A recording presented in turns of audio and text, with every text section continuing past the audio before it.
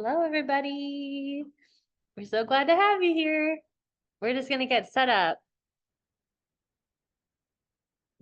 What's everybody doing?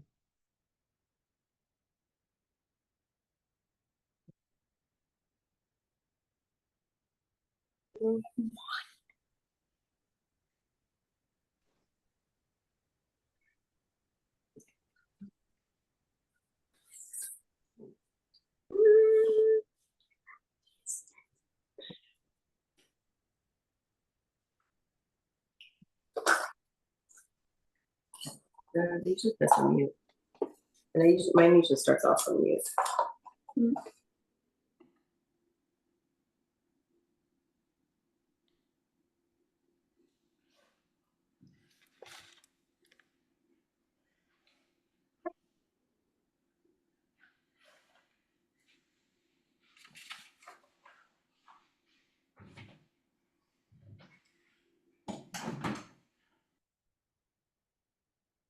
Okay, we'll just give it a few minutes. We've got about 30 households that are joining us today, so that's fantastic.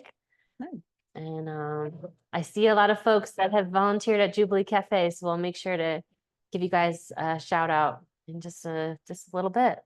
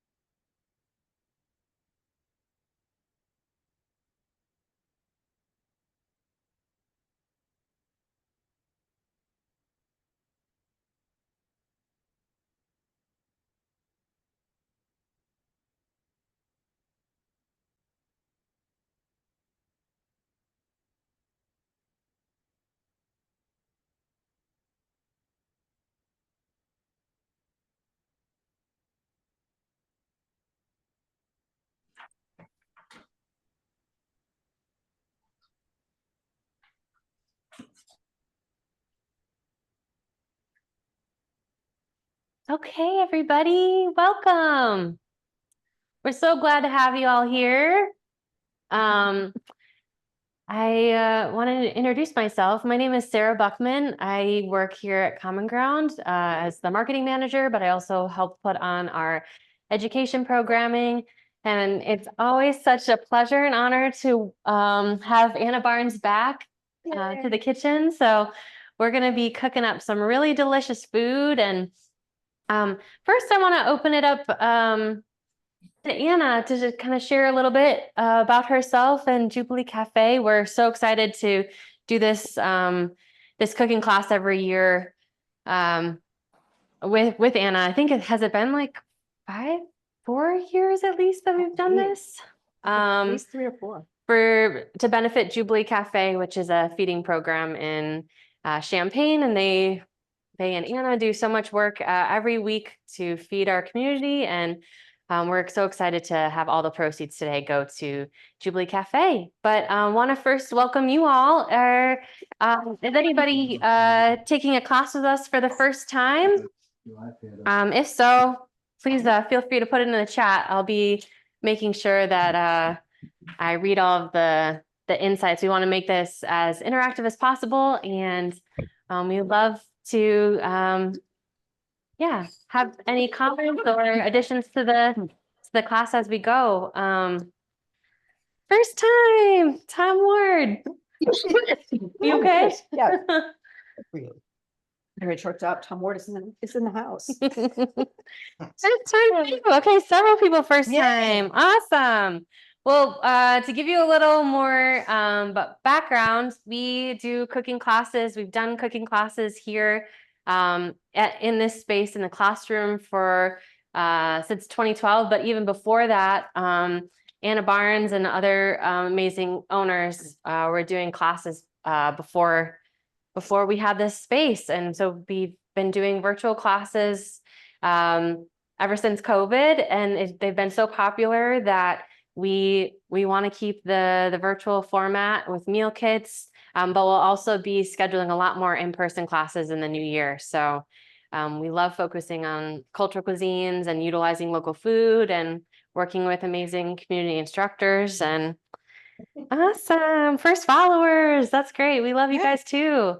So Anna, would you mind introducing yourself to everybody? So, yeah, I've been a co-op member forever, almost forever, since the 90s.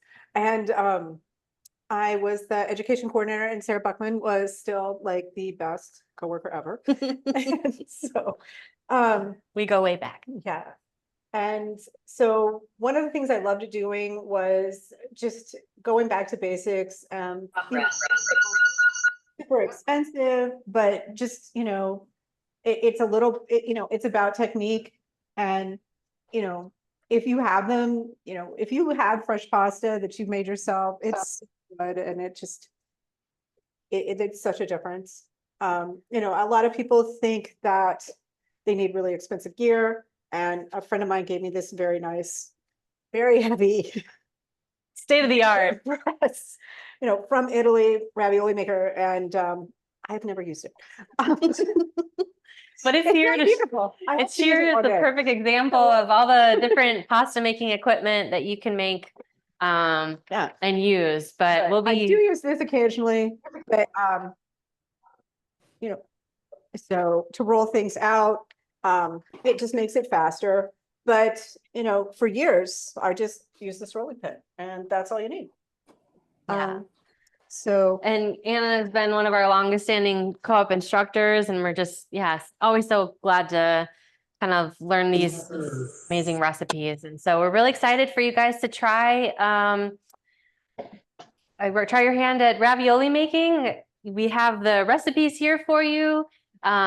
We try and get everybody on on the same page, but everybody has a different kitchen. But we'll be working together. And so if you have any questions as we go along, feel free to ask, or if you need anything repeated, we're happy to make sure that where the next steps are. So we've gotten everybody their exact same meal kit. We did haven't ideally wanted you guys to roast some squash. So if you haven't roasted your butternut squash yet, the first thing you want to do is preheat your oven. I like to slice the squash just right down the middle, and you can place them I like to place them face down on a baking sheet, and usually I roast it at 350 for like 40 to an hour. Is there anybody that didn't roast their squash and garlic? I also just kept the garlic whole, but let us know, and we can make sure that we make any edits that are needed in case you didn't roast it. But let's see. Awesome, you guys. Well, so there's a bunch of people here for the first time, so that's fantastic.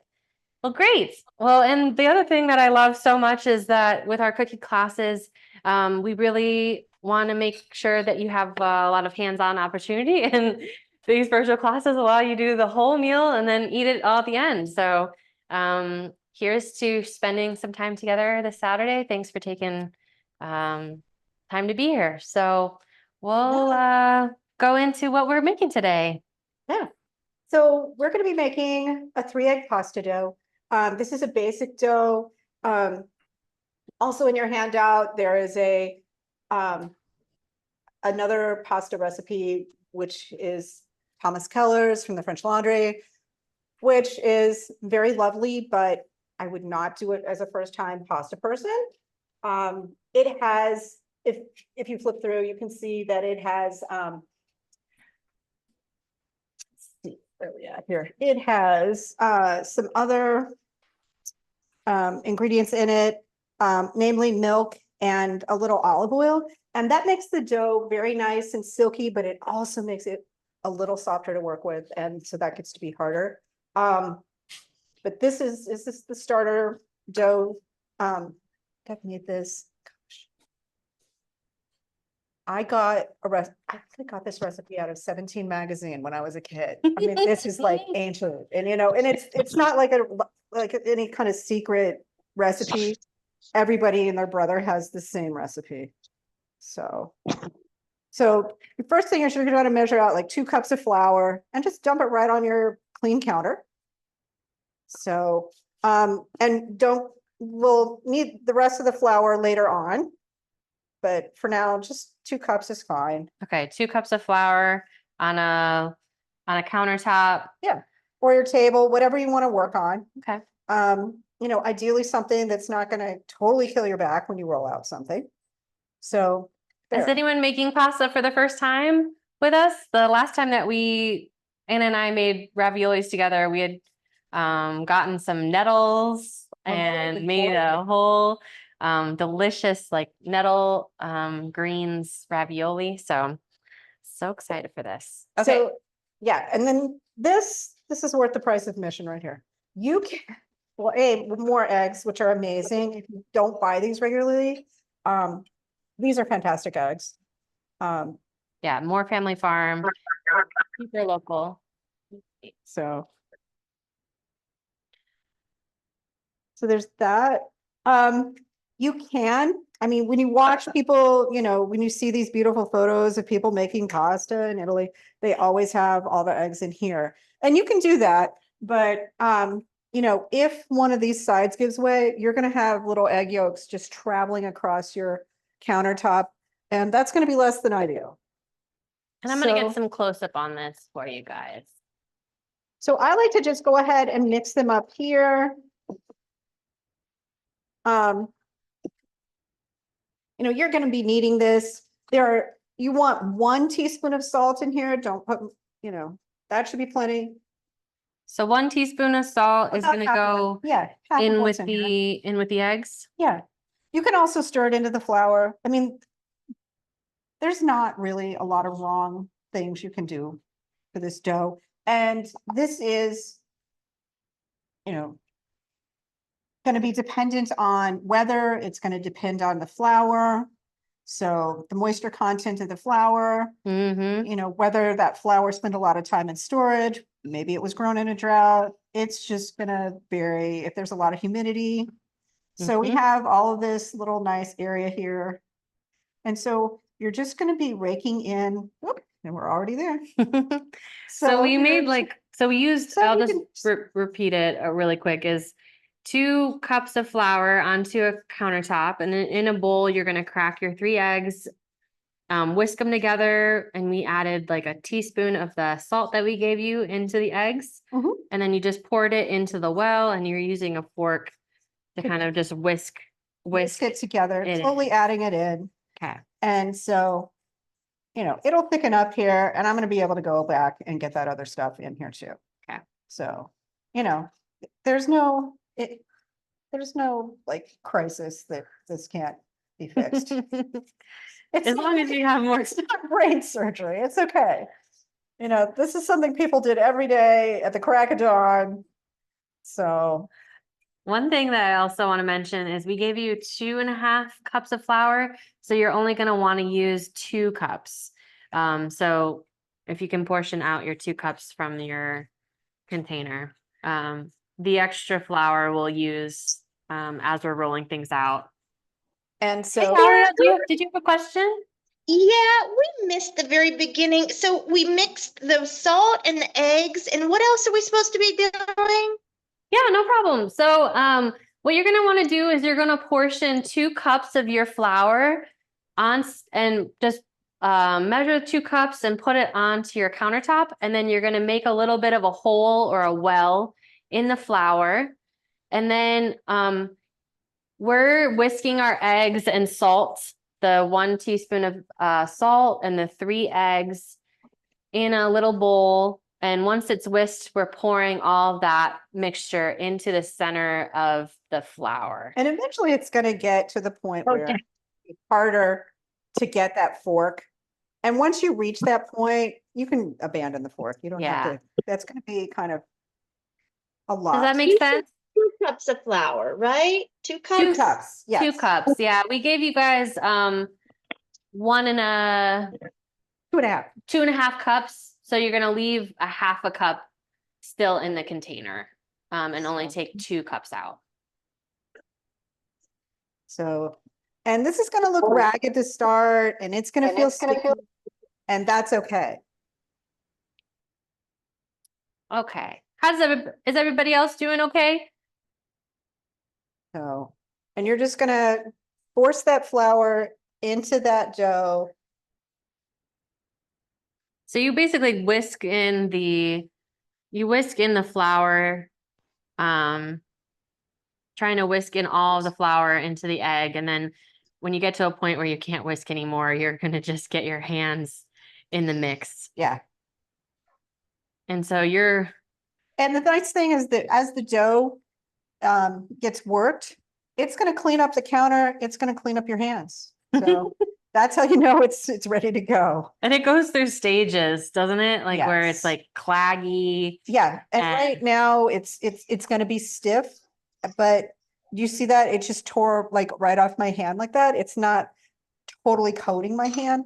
So that means we're reaching a slightly different stage. And see, I can also run this over the countertop and it'll pick up those little craggy bits. And that's fine. And so you're going to just basically knead this like bread dough. You're going to push it out with your palm, drag it back. You know, you can make a little quarter turn. And so this is where we're going to be doing this for at least 5 minutes, We're going to get possibly 10. massaging the pasta. You want this to be super nice and smooth.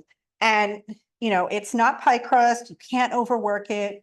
You know, We It- share a little technique on how they should be kneading it. yeah. So I like to just kind of try and stretch it out as much as I can.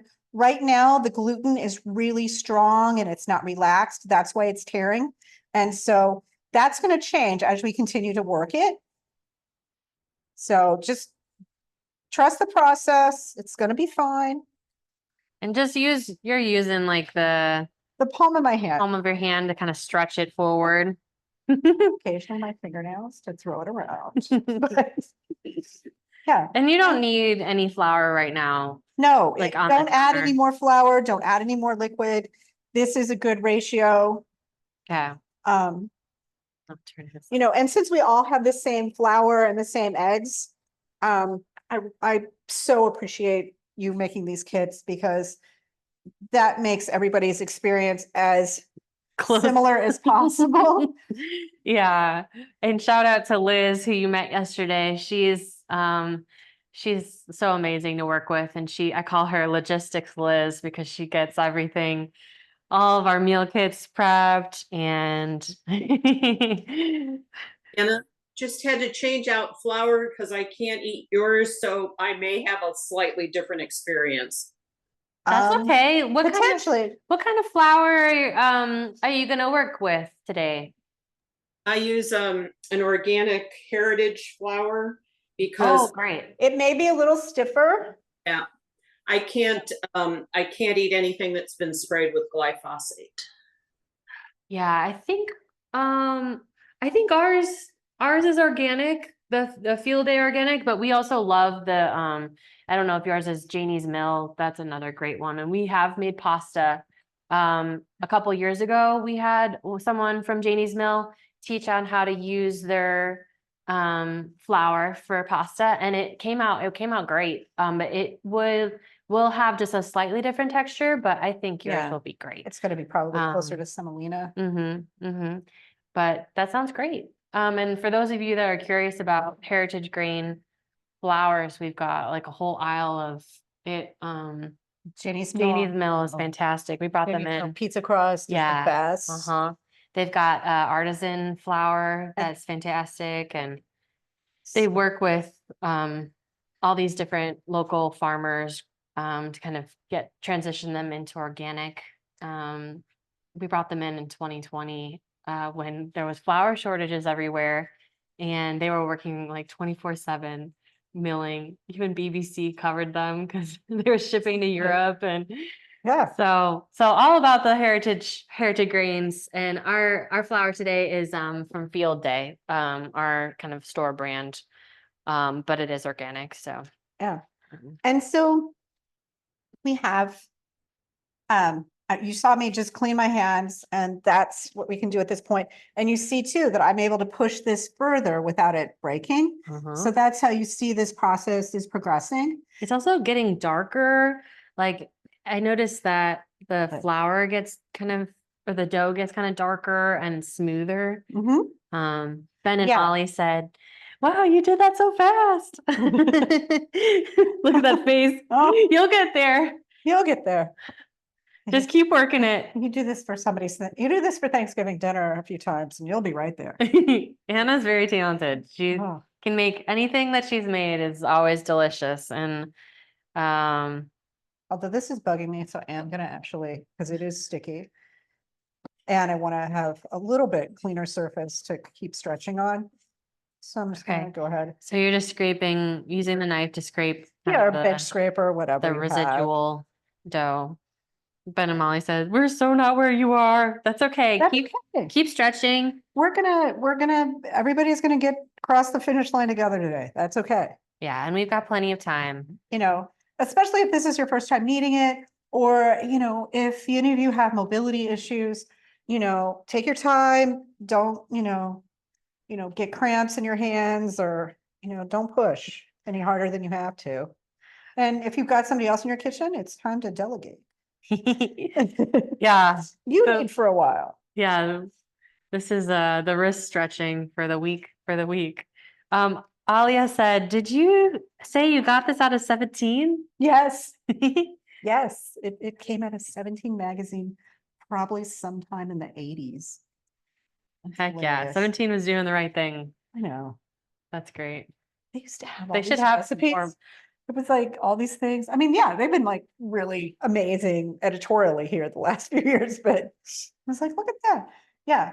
I had a cassoulet recipe from them. It was kind of hilarious. It was like, it was so not a traditional cassoulet thing, but it was like, here's a cassoulet that you can make. What's with a some- cassoulet? I don't know what that It's is. a French bean dish Oh. that has typically sausage, duck confit, and things like that. But Okay. they did not have all of that. It was mostly just like a really nice bean dish with some, Polish sausage was basically. Okay. there. Okay. But I was like, wow, this is actually kind of tasty. Nice. Let's saute some breadcrumbs and throw them on top. Yes, that makes everything better.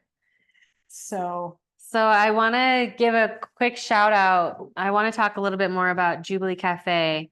yeah, I was so happy to see folks that work as volunteers from Jubilee are taking this class today. So thank you guys for all that you do in your volunteering and serving our community and cooking up a storm. right. And will you talk a little bit about Jubilee? Yeah, those people are cooking for 2 today because on Monday, sometimes they cook for 150. Wow, So that's a lot. it is a lot. We really had to scale up during COVID, and back in 2023 when I'm actually like doing some other stretches on this now, but in 2023 when the emergency SNAP benefits were retired or done away with, Mhm. everybody got to see just, how much COVID was costing us in terms of how well people were doing, which, there are a lot of people that are still not, recovering from COVID in terms of finances. Mhm. So, Yeah. And you guys, so every Monday night you guys serve a free dinner. and now it's inside. It was, you Oh, guys yes, were we were doing packaging it up. takeout for a long, long time. Mhm. But and you can then- just, if you're Yeah. needing a meal, you can go, Yeah, and we have people that, have, who may not have housing. We have students who are struggling. Actually, that was another thing. We are right on the edge of campus, so we see both people from the community and we see students. And the student pantry on the U of I campus is also getting stripped out at the moment. mhm, Both our program and a much larger program in town, Daily Bread, are seeing some record numbers lately. mhm, We saw these numbers last fall, actually, at the two. But, and there's a lot of reasons for this. I mean, housing has gone up by 30% since 2000. And, people are literally having to choose between eating and keeping roofs over their heads. And it's just a horrendous choice. yeah, So, we've got people, as I said, that eat with us because of financial reasons, but we also have some people who are just alone. yeah, And they need human contact and they want, a place to be. The church that Jubilee is in is Community United Church of Christ. It's, it's an open and affirming church. So it's a safe space for LGBT folks. And, that's great. we have a lot of people who dine with us that, that need that safety. So that's, Yeah, so what times on Mondays, does dinner is served, is it? yeah, from 5 to 6:30 Okay, every then- Monday. and then pretty you much. guys are always looking for volunteers too, and they can sign up, Yes, for a shift, and you could work with Anna. sorry. Potentially, I wouldn't, that's like throwing somebody in the fire. We have, there's like orientations where you're gonna like find out, how, where everything's at in the kitchen and all of that, Right. because you don't want to be doing that at the last minute. That's true. So, yeah. Or serving, Yeah, and that's the thing, you can come, you don't have to have ever waited tables before, you don't have to know how restaurants work. All you have to do is just be kind. That's all we. I love that. So that's wonderful. And yeah, if you go to Jubilee Cafe, just look for that.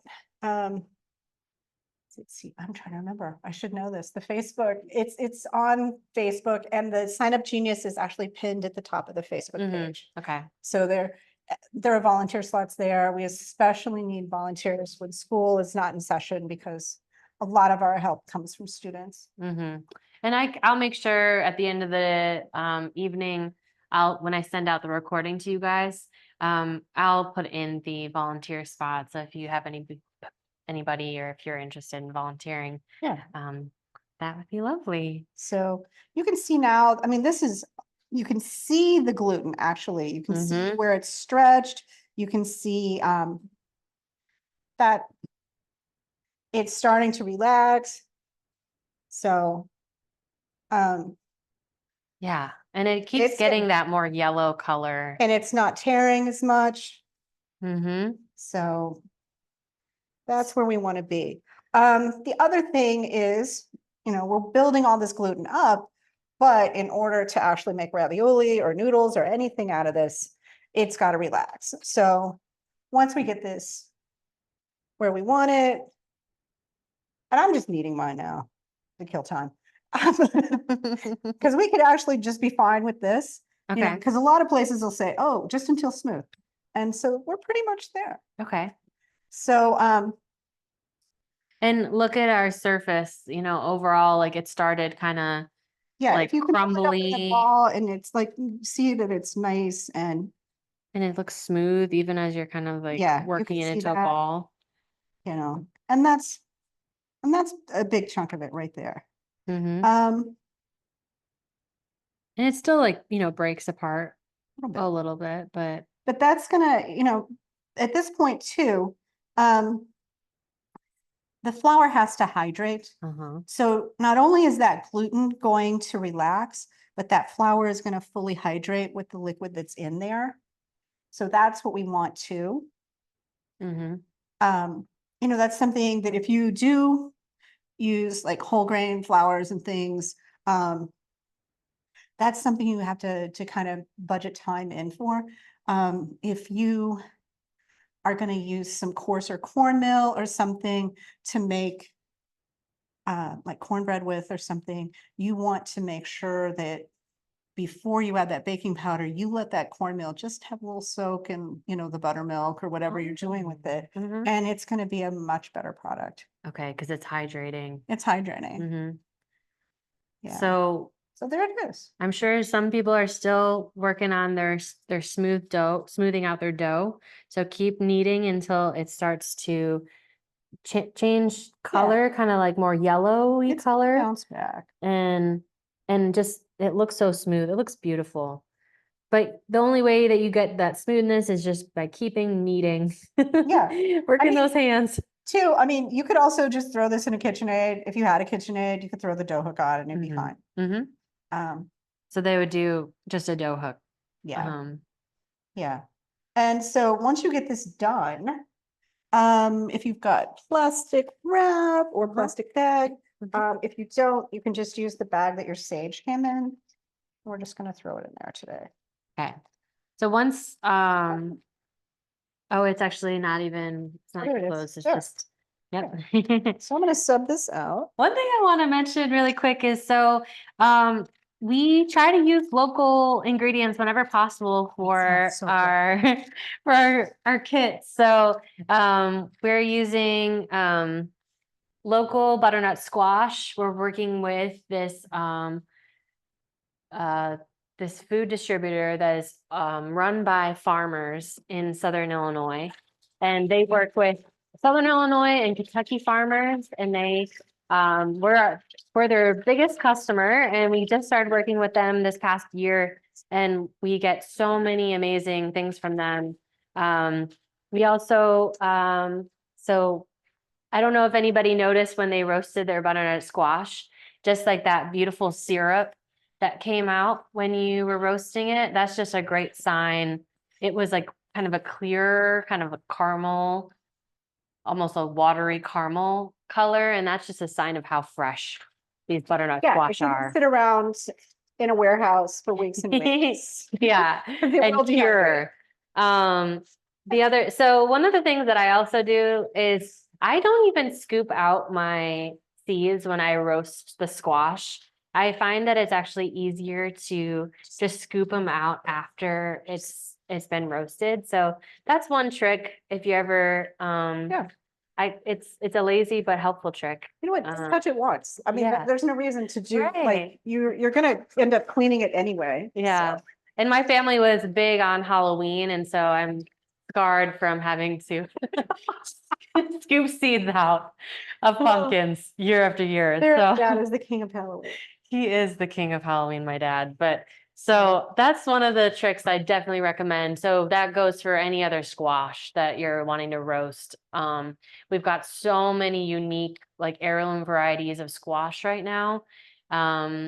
That I highly recommend. We even have tiny butternut squash that are the size of, oh gosh, they're only like 4 inches tall. But you don't, there's like hardly any waste on them because Yeah. they don't have big, huge seeds. Exactly. Yeah, and I've been cleaning up the countertop. One thing with this, just like with bread dough, you want to use either lukewarm or cool water. Don't go putting hot water on this or you're going to basically, turn it into glue on top of your countertop. Oh, So that'll just make it easier to clean out things. so cold or warm water when you're Yeah. cleaning up the flour Yeah. off the surface. Okay, and so I'm just gonna tell everybody again. So once our dough is smooth, you put it in saran wrap or in the baggie that we gave you that the sage came in. Just take the sage out, and we're gonna allow this to rest For like 20 minutes. for 20 minutes. How is everybody doing on their dough? I was joking to Anna that I always ask when you guys are like when your hands are dirty or in the middle of something, but Like waitress training. I Asking people know. how their meal is. I when their know. mouth And is so full. how is everything going? How's everything tasting? Oh, nice. Okay. Nice, Tom. I think that looks shiny and smooth to me, but you Great. probably can see that better. Okay, so if you notice, follow your intuition on it. If it looks smooth to you, it might be ready to rest. If it's still looking like there's clumps in it, keep working it. And Yeah. what other things? Oh, I do want to say really quick, that the sage that we're using today is definitely smell it. Oh, it smells so great. So this is from Green Pantry Nursery. So if you've ever gotten the clamshells of fresh herbs from us in our produce section, most of the time it's coming from Green Pantry Nursery, which is a family that is in Tuscola, and they have like 3 greenhouses where they grow all of our herbs for us. So they're fantastic, and they dropped it off. They cut these just the day before Oh, wow. on Thursday, and they dropped them off. So they're super fresh, and sage is going to be, I'm so glad that we're incorporating sage in the recipe because it's going to Yeah. be perfect for it. It smells so good. Just like such a winter recipe. So, all right. So we've got all of our other ingredients kind of lined up in one Yeah. tray here. Yeah. So the rest of your ingredients now are going to go in the filling, and we're going to use the butternut squash and ricotta. And one of the things about this is we're going to be tempering the herbs. And this is actually a trick that Sarisha Pandaru, who teaches a lot of the Indian cuisine classes, she uses this frequently. And because one of the things I love the whole like squash with sage, but what I don't like is getting like this huge clump of sage because it's the Or like bitter. and especially with sage like this where it's so powerful. I mean, there's plenty of sage that sits in little plastic packets around stores, and you get used to how mild that might be, but once you get this, it's like, wow, that's a lot. So so one of the things we're going to do is we're going to heat this in some oil. But first, before we get to that point, I'm going to have you just rinse it and pat it dry and get it really dry because it's going to sputter anyway when it hits the oil, but it's going to be dangerous if it's wet. And will you talk about what tempering is? Tempering is, here, let me actually. And how many leaves we're using? I would say at least 4, but if you really, really love sage, you can feel free to use more. Yeah, we gave you guys roughly 12. So yeah, and there's going to be more in the sauce too. So okay, but so we're gonna do just 4 for right now, and then we're gonna use more in the sauce. Yeah, I'm just going to go ahead and wash them all, just because it just might as well do it all in one fell swoop. Okay, so wash your sage, all the sage that we give you. And then we're gonna pat it dry with some paper towels or a Yeah, cloth. I'm just rinsing it off. Oh, but sorry, tempering. Tempering is where you are heating up spices, possibly herbs and oil, and you impart the flavor of those spices and herbs to the oil.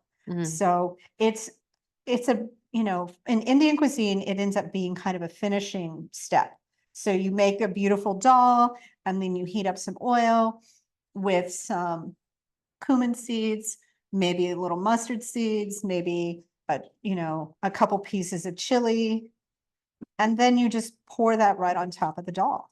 And it's kind of quick. Like you it's heat very the oil up really hot, and you throw in your herb, and then probably as soon as it starts sizzling, you're like, it's done. you gotta definitely, make sure you have your whole like mise en place, everything you're going to put in that oil, you have it ready to go, because stuff can burn in the, right. as you're, and you want to, there's specific orders you typically order, so if, smaller things like the mustard seeds definitely would have to go first, and cumin can go from being nice and toasted to super dark, crazy dark, but it does make a difference. And 2, you got ground coriander today, which is lovely. And if you don't have a grinder, you know, this is great, because grinding this is really not necessarily easy. Even if you have a mortar, there's a lot of coriander that, a lot of the coriander plant, you would have to basically grind it and then still throw it through a sieve. There's a lot of kind Oh, of chaff extra. with it. Mm-hmm. So I will buy mine in bulk and then I'll toast it up and grind it, but as I need Can it. smell. Yeah. Oh, yum. So it's a slightly nuttier smell, Mm-hmm. but I love coriander. That's But- one of my but favorites. this is really nice quality. I mean, look how nice and dark this is, because you can tell that this doesn't have like a whole bunch of chaff in it. So that's Mhm, great. mhm. So when we're not tempering some of the sage leaves just yet, but Yeah. when we do That's an do end step. tempering, we'll be using butter or, The olive oil. oh, we'll be using olive oil. Okay. Olive oil. Okay. So, Sounds or you can use ghee, but you don't want to use like raw butter because the butter solids can burn in that. Uh-huh. So Okay. So we'll be using olive oil when we're tempering our sage, but first we're going to make our filling. How is everybody doing? Are you, Nilesh? Yeah. Mhm. Yeah. How's everybody doing with their dough? Is your dough resting?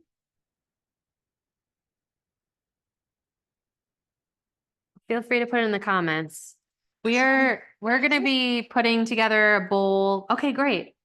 So now we're measuring out about a cup of the squash, or 2 cups actually of the squash, I believe. Is that what we did? Um, Oh, 3/4 cup. Sorry. Yeah, there we Okay. are. 3/4 right. cup of squash. Yeah, so you have a lot of squash left. You can, obviously make more filling with the rest of your squash. This filling actually is good to just put also on top of like pappardelle or something too. If you're like, I do not have the energy to make ravioli tonight. Mm. So that's, Oh, Eve said avocado oil okay to temper with? sure. Yep. Any oil that can take high heat is fine. Not necessarily something like sesame oil or something like that. And so you want a neutral oil Mhm. too. So like, a really mild olive oil or canola oil. You could use safflower oil too. Mhm. All of those would take some heat. So we're just using a regular spoon, Yeah. just to scoop out the flesh, avoiding the skins and avoiding the Seeds. seeds and There. yeah. And That's you can done. just scoop out those seeds. It's like, that's so much easier than like fighting with Oh my and having to scrape gosh. them out I early. know. I know. It's like, yeah, let's not do that. There's even some recipes. Have you ever done the whole like bake the whole thing without even cutting it?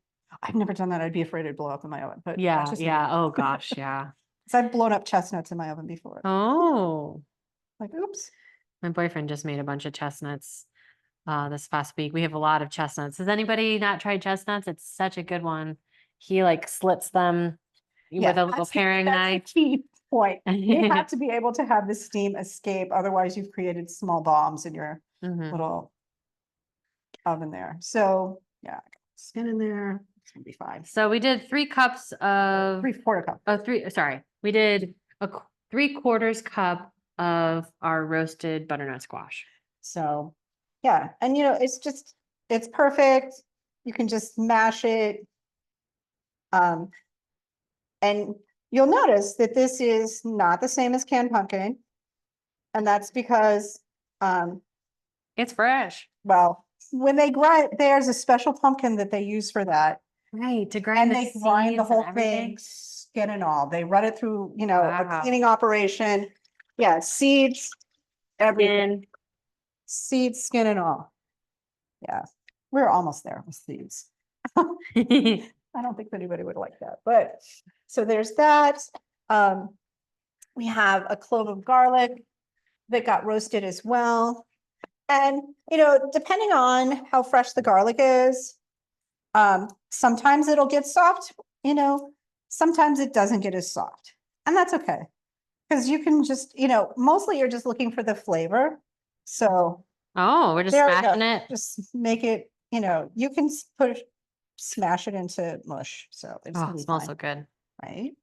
Here. So over there. Great. So yeah, you're just gonna, And they could switch out any type of squash that they want. Yeah, They want to make any- this again with a different type of Acorn, squash. any of those. Oh, acorn would be good. yeah, I mean, spaghetti squash is gonna be stringy, so not Yeah, that, but yeah. anything else is, in the fair game, Okay, so we didn't even chop it up. We just smashed the the garlic. garlic and And it'll it'll just, meld. yeah, we're just gonna stir that around. So, and then now we've got the rest of the ingredients. I'm trying to do these in order. The ricotta. Okay. So, And this ricotta is from Organic Valley. So they're the largest dairy cooperative in the United States, and they're wonderful. and this is whole milk ricotta, which is especially lovely, Mhm. especially in a vegetarian dish where if you don't have, like, if having that full fat element Mhm. really gives it a nice mouthfeel. So that's something to think about. If you were using something else, you might need to put some olive oil or something in there too. Oh, that was. Black Anna, pep- do we? do- Where the liquid has come out of it, do we want to leave that out? Do we want it, No, just put it in. It's fine. or do we pour everything in? You're just pouring everything in. We Because the have- pumpkin's is starch and it's gonna absorb that. So it'll be fine. Yeah, we had a little liquid or like whey almost Yeah. from the ricotta. And we So, put it in. yeah. And so you're gonna next add the pepper. And then again with the salt, it's gonna be. We didn't Where's your use spoon? diamond kosher salt. Sorry about that. So that's okay. So you can use, like a pinch of that. And it's just gonna be to a taste. I mean, because you may like more salt than I do. Great. It's just whatever your preference is. Maybe you like less. And there's no egg in this No. filling, so you could try it and just see if you need more salt or whatnot. Yeah, you've got some salt coming in from the ricotta because all cheese is pretty salty. So that's just how you make cheese. So there's that. So we added paprika, and here's the cumin. Yeah. Let me think about this because we are. Yeah. Sorry, cumin? Or coriander. I'm sorry, coriander, not cumin, my bad. So the thyme, which is really nice thyme Mhm, too. mhm. This is just also like the best, kind of time of year to make something like this because you're bringing in herbs. Everybody's cutting their herbs, so they're still full of flavor. They haven't sat around like all winter long. Mhm. So that's nice. So there's that. Okay. So you're just gonna give this a little mix. And then we're gonna get the oil in the pan. And it's not gonna be a lot, it's just a little bit of oil. But again, we've got the cushion from the squash. Squash is, it's a carbohydrate, it's a starch, but it has a lot of vitamin A and fiber, so it's Mhm. lovely, Delicious. It is, it's gonna be great. So yeah, get that really well mixed, and then we'll move on to tempering, Mhm. so, yeah. So we added paprika. We added all of the dried spices. So, the pepper, the paprika, we did a pinch of salt, Mhm. all the coriander, and the thyme. Yeah. And then we just mixed everything up together in that bowl.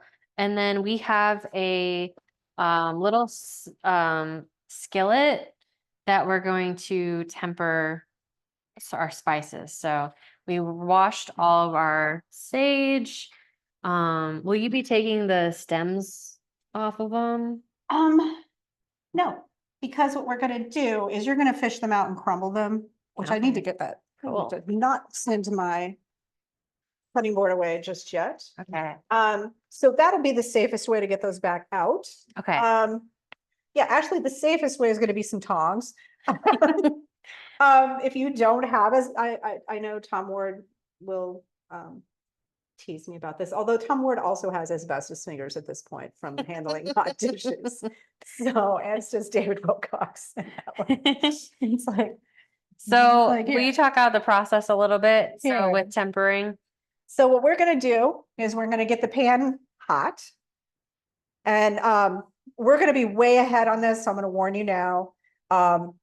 Because this is an induction induction burner, so it heats up immediately. yeah, even if you've got a big BTU commercial stove, you are not gonna be heating like this. So, With magnetic heat. yeah, this So is already something I don't wanna touch my fingers to for any real length of time. so So, heat your pan up really hot and then Yeah. we'll be how many leaves are we gonna temper? you know what, I'm gonna do, because I can, I'm just gonna go ahead and do like 5 or 6, maybe, 4 or more, I would advise, Great. unless you don't really like sage. Okay. I hope you do. I hope all of you too. Look at that. Look at the oil is already shimmering. That's what we want to see. Yeah, we want to see that ripple. Yeah. So you wait until your pan's hot before adding the oil. Yeah, look at that. You can see those little trails there. That's exactly what we want. So, and you can test it. There you go. And you It's just want it to instantly. sizzle Mhm. and just be careful. Yeah. And it's going to be very quick. It's like tempura. These are going to get crispy. And that's where we're at, Ooh, wow. It brought out the floral. right? Mhm. It's the best process for this. I was like, Ooh, wow. and you can see that they're just kind of And shrinking do you up. think they should flip it all or no? I would not reach my finger, but, Right. but I may get a fork to do it. Okay. So we're tempering our 6 leaves and we'll just use a fork to carefully kind of flip Yeah. them. You can or not. I mean, if you tilt the oil down, make sure that they're in it. It's going to be there. Okay. So, wow. And then you can really smell that sage. Oh. And that's going to be where you know that you're about there. Because that's going to, we're getting to the smoke point now. Mhm. So that's where I'm going to go ahead and just fish these out. Yeah, so once you start seeing it smoky or it almost like stops like sizzling, Yeah, so that's a good time to so they're dry. Great. It's not what you would think, you see? Ooh, Yeah, they've yes. just totally changed. Yeah, I forgot about that. It's That's like, okay. yeah. So yeah, that's where we're at. It changes it into a completely different texture. Mm. And it will be easy to just Yeah, kind of fish out because those you leaves. kind of, turn them into, it's like if they were freeze dried, only you just did it with oil Uh-huh. and heat. And the other piece that's important is patting them dry when you're rinsing them That's it. before. Totally, That way it's not definitely for safety. adding water into hot Yeah. oil. And then here, you just hear the little crunchiness. They're all just a little powder. Sorry, Alia, we did add the ricotta. We added the Oh, yeah. 3/4 cup of Pumpkin butternut squash, the olive or small ricotta, squash. and then all the spices and a pinch of salt. Yeah, everything except for the oil and the sage is in there now. Okay, so now you kind of plucked the stems off of the sage leaves Yes. after we tempered it, and now you're just getting like kind of a fine It's just a little mince. powder. Wow. It's just powdered. It's like powdered sage. So nobody's going to get a big helping of sage that they're not going to want. So But this is going to be so great, and it's like activating all of the yeah. herbs for this. And so, there's that. That's a great idea because I love sage. I can never really get enough sage, honestly. But putting, are you gonna put the oil in too? Oh, yes. Okay, yeah. cool. We're gonna put the oil in. Ooh, And it's still hot and still sizzly. So, great. I mean, normally you would I let mine get a little hot. It gets very hot on these burners. But you would want to pour the oil in directly, but you're also pouring it into something that's wet. So you gotta, think about how much you want it popping around. And so now look at this, you can just see the sage just getting really well distributed within there. So we don't have big giant hunks of sage. We just have little tiny, tiny bits of sage. That's great. So So again, I'll that's- walk through the process of tempering in case anybody hasn't done it yet. Yeah. So heat your skillet really hot. Once it's hot, put your portioned olive oil in. Drop in like about 5 to 6 of your sage leaves, making sure that they've been rinsed and patted dry completely. And then you're basically sizzling and tempering your leaves, and you can adjust the pan to kind of make sure that the oil is really kind of immersing. You're gonna just make sure that those leaves are covered because, and you know, if you tilt the pan a little, they're gonna be fully immersed in it Yeah. and they're gonna cook on both sides Mhm. and it's fine. And then once they're fully cooked, then you're gonna fish out your leaves, remove the stems, and then chop up the sage leaves and try and kind of smash it down, and then add it into your filling, and then add the leftover oil that was in your pan to the filling. That's one of them. Yum! I'm so excited for you guys to Taste the smell sage. the Here, I need the. like bread to get that in. I know. Bad, and then I'm just using my finger here. I am too. I will. Mm. Yeah, I'm excited for you guys to smell that tempered sage. I love that we decided to do that. Yeah. What other fresh herbs would you maybe temper? If you could do thyme. Okay, yeah. Thyme, you know, it's the larger the leaves, the easier it's gonna be. Something like basil, you know, those are gonna be easy to keep track of. You know, tempering something with thyme, you're gonna have to have all that thyme threaded off of those Huh.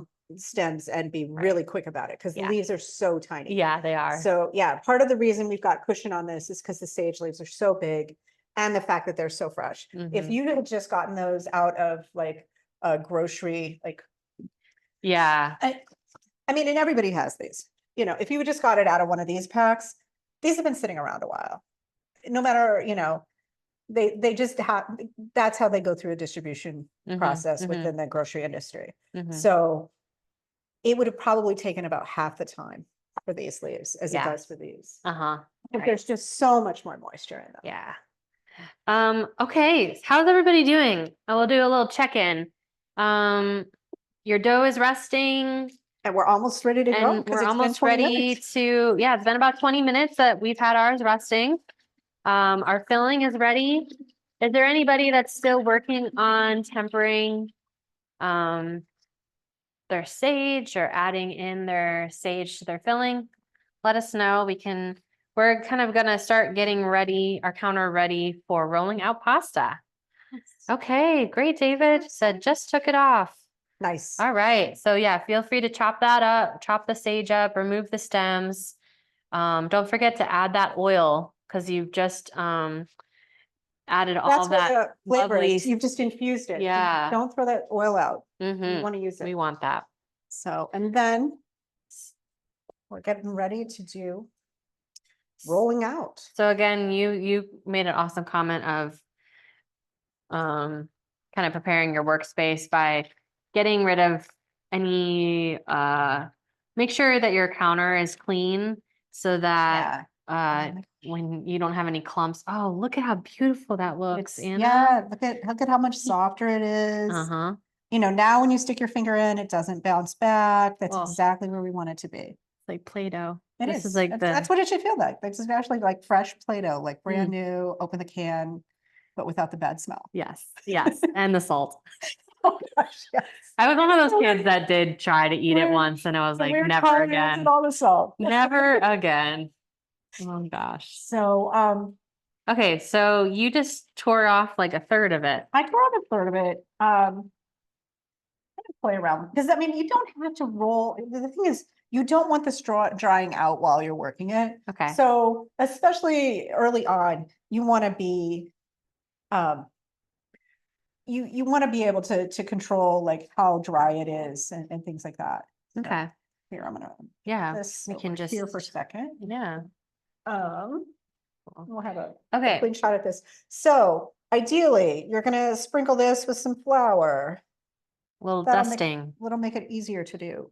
And then 2, this is gonna be the top level, so don't forget to flour your rolling pin. Yeah, so you will need a rolling pin. So, Has anybody made pasta before and are using a pasta maker? I say you probably prefer them to just roll it out by hand, right? it depends. Okay, You know, it depends on how many noodles I have to make. true. So, and what we're looking for is like about a 1/16 of an inch, and that's pretty thin. So the other thing we're looking for is we want this to just roll out and not spring back into shape. It is a little bit, and that's okay. Because that's part of the process. If it's really springing back, let it rest for another 5 minutes. Okay, Because there's just nothing that's, you got time on this. yeah, so by springing back, you mean like as you're rolling it, I mean, if it it's starts to springing back a shrink, little, but if it was springing back majorly, then it might need more time. Yeah. So depending on when you ended your dough, you still might need a little bit more time. yeah, So you twisted out like a third of the dough Mhm. and you just keep rotating and flipping the dough. yeah. 'Cause you're just gonna Undusted. get Sure. very, very thin. So we need, and this is we need about a 1/16 of an inch. And that is about here. See where we're at. That's about the thickness of this rubber band. Wow. So, yeah. So that's where we want to be. So it's pretty thin, Uh-huh. and you can tell I've got a ways to go. We're about halfway there. Okay. And so I think, yeah, you're right. Like working with smaller Especially for your first time. bits. And the thing is, you can make this way. I mean, if you use those trays, you're committed to rectangular ones. You Uh-huh. could actually do circular ones if you want. But I find it easiest just to do like single sheet and fold it over because it's just easier. You can Yeah. cut it in half if you want. Uh-huh. I don't. So you recommend the folding technique rather folding it in Trim off half. that edge anyway, Uh-huh. but Yeah, rather I than remember trying how to. lazy I was that day. No, it was so good. We had done a whole hiking and foraging It's like, for yeah, how hard are we for gonna work on nettles. And then, but no, it's so clever because I guess one of the downsides about raviolis is when you're cooking them, if you don't seal, this? Yes. make the seal, you'll have your filling leak out.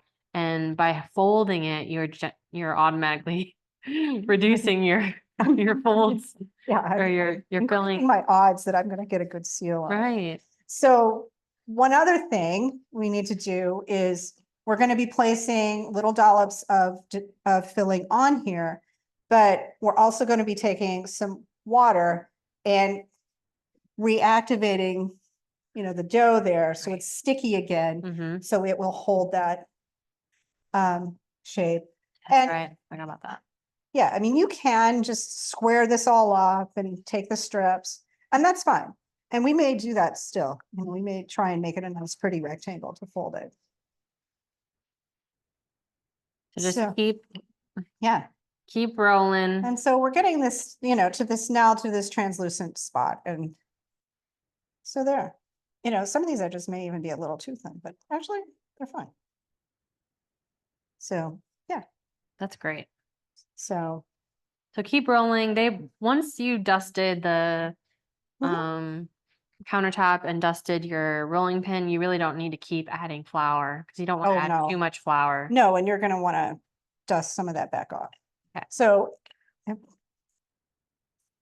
You can tell I'm used to making pies, not. pasta dough. So yeah, so here we are. And so the other thing you're gonna notice is it's not a big sticky mess. You can't, it is flexible. It's not like, Not tearing. no, and that's why we like this 3-egg dough. Because it's forgiving. Nobody needs extra stress with the holidays. This is a good thing. So there's that.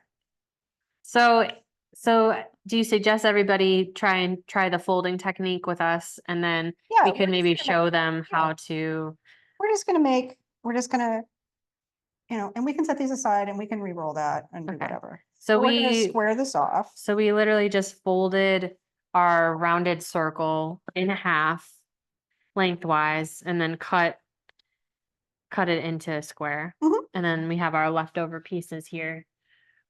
Does everybody understand that? So we basically just squared off our dough. Yeah. And We we'll put some be water. folding in half.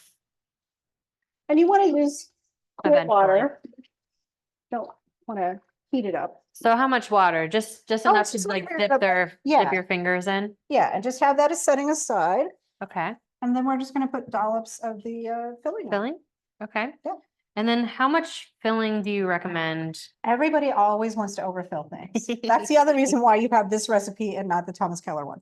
Because it will not, the Thomas Keller one will not put up with that. So, that's way too much. So you're looking at like a very nice rounded teaspoon. Uh-huh. And that's why, I mean, you think about too, these are recipes. These come from humble origins. I mean, everybody has like dumpling recipes, and it's because everybody had leftovers. That's what you use to make these things. Mm. I mean, it's only been within recent times that people would actually like go out and buy specific ingredients to put in their ravioli. Mm. So, And I love that you included in the recipes that we gave you all like a mushroom filling one and a spring greens filling one. yeah. So, I mean, because you can make these year round, just out of things you can forage, just out of things that are really lovely things that are coming into the farmer's market. So, and then I'm just wetting my finger and I'm just drawing down the middle, drawing in between, And just like kind of hash marking where. I'm going to have those seams. Mm-hmm. So that when I take and I fold this over, Oh my gosh. we're just going to take your little hands like that, and you're just going to crimp those down. And are you wanting to make sure there's no like air pockets around the filling, or is it really okay? It's, it's probably going to be okay. It's, none of this is going to So go anywhere. So there's that, that looks so good. doesn't it? And then So then we just take a nice knife here, and I got a little close on that one. I may regret that. I may not. But a lot of times mine look more rectangular than square, but that's okay. that's great. So there's that. And then to guarantee that they behave themselves, I'm going to grab a fork. Okay. There's- These look so cute. There's little rollers and things that you can do. Or like stamps. Yeah, And you're it- just kind of, this is what my mom does when she's Mhm. making her pies. Yeah. But just forking those edges down. just make sure that and you can see too, this is another reason why you want to be careful in the filling, because look, I've got filling spilling out of there. So I know I'm going to try and Just kind of pinch work it. a little harder to make that like that. So yeah, Great. Oh, and shall not pass. and you reversed it. So you flipped it on its side. Yeah, I mean, because That's yeah. a good idea. when they explode in the pot, that's some sad stuff. And it, Yeah. so, and then too, you can make these ahead. At this point right now, you could just lightly flour a baking sheet, just like we floured the counter, set these on it, and then pop them in the freezer. Don't worry about covering them with plastic or anything, because they're not going to be in there that long. Yeah. And then once they're solid, throw them in a bag, and then you can just like a zipper bag, and then you can just keep them and cook them whenever. I need to do that. Yeah, just, and it's one of those things too, where if you're looking for things to do over the next few years, months, this is a happy group activity. Yes. Invite friends over and have ravioli night. And then, you can send people home with ravioli for, Yes. to have at another time. I think ravioli is a great idea, especially because I did like a pasta making party like years ago, Yes. and actually it turned out it didn't turn out so good because I didn't allow them to dry enough I just did regular spaghetti and then it all like clumped together and it was just Yeah, one big like gnocchi by the end and one big glob. So raviolis would be a great thing because they're already kind of separated and Yeah.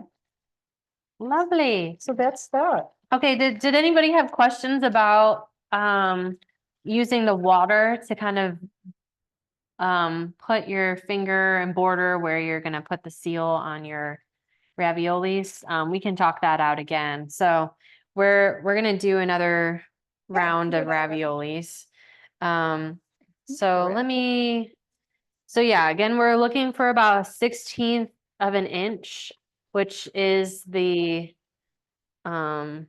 Or, width of the, yeah, I think like a produce rubber band. yeah. Yeah. Rubber band. So really, really thin. I think most likely you'll have to keep rolling it out until it's extremely thin. Yeah. And then another tip was we used about a rounded teaspoon of filling for each ravioli. And then we just, Anna wet her fingertips and kind of just guided her fingers around in a square around the filling so that Yeah. it would help seal. Anywhere there's gonna be a seam, just that's what you're gonna do. And then she's got a little And put station a little here. flour or not. And you always want to shake the flour off before you put them in the pot because you don't need the extra flour. Okay. You just need, it depends too. Like in the winter, it's really not an issue. They're going to dry out. They're Yeah. not really going to get sticky. Uh-huh. If you make them in the summer, that's a different story. Yeah. You're Well, this going is to need the perfect. extra flour. So you might need you could either have a separate part of your countertop designated for your finished raviolis, but we're using just a cutting board. Yeah, or a baking sheet, Mhm. whatever, put them on a baking sheet, throw them on a table. And Throw do 'em on you top of- recommend just like trying to stick with trying to roll it out as a square, or do you think just roll it out as much as Roll it you out as a can? square, that's great. I never seem to be able to square, It's like if I need to have a pie, it's gonna come out square. If I need to have ravioli, it's gonna come out round. It's just how it is. Sometimes, I try to do, like if I've got more dough like I do now, I try to just do like one big long strip, Uh-huh. just like it came out of the pasta maker. Yeah. Oh, have you seen, there's like a new trend. I don't know if it was just like, I don't know if this is actually a traditional thing or not, or if it's just trendy, where they wouldn't cut up the ravioli. They'll just do a whole sheet. Oh yeah, people do that. That's how you do it. That's so That's how cool. when you have like trained labor Yeah. and people that do this every day, day in, day out, that's how they make it. They have huge sheets and Yeah. they'll just put them over each other and go to town. And Yeah. you see like too, if you were doing these for the holiday and you happen to have a pastry bag or even just a zipper bag that you can cut a corner off, you can just boom, boom, boom, Pipe boom, boom, 'em? pipe them. I've And even that seen make it like very them just fast. have like a whole sheet that they just serve on a plate. They Oh, don't even cut them. oh no, I have not seen that. And Oh, it's I was like- just thinking when they made them, you Uh-huh. would see like these long lines where Oh, people gosh. they have Yeah. it coming out of the pasta maker and That's amazing. it's a lot. Yeah. I've watched all those like little grandma videos of the grandma making like hundreds of raviolis with Yeah. like her whole table in one pasta sheet. And I was like, oh, And now you know What- why too, like when you're doing this, like why people, there was a thing for a while where people were just getting ever bigger, rounder, Yeah. round things where it's like you'd order it and it's like 3 ginormous raviolis. yeah. stuffed with mushrooms. And it's like, that's lovely. Yeah. And I know that you have minimal labor to spare because that's what's going on And here, everybody wants that big filling, right? but And it's true, because I mean, every culture and, yes, pasta did come from China and yes, dumpling, and ravioli has its origins in dumplings, which are also Chinese. So it's like, yes, this mhm. is how but it's one of those things where everybody has their own thing, Afghanistan, it's mantu. That's and- right. Oh, that and was so good. Yeah, Nepal, it's mandu, it's, Mhm. everybody has it. And then there's Jowza, pierogi. yeah, jowza, it's all, everybody loves dumplings, they all. dumplings and pancakes of, you know, of flatbreads, donuts, everybody has them.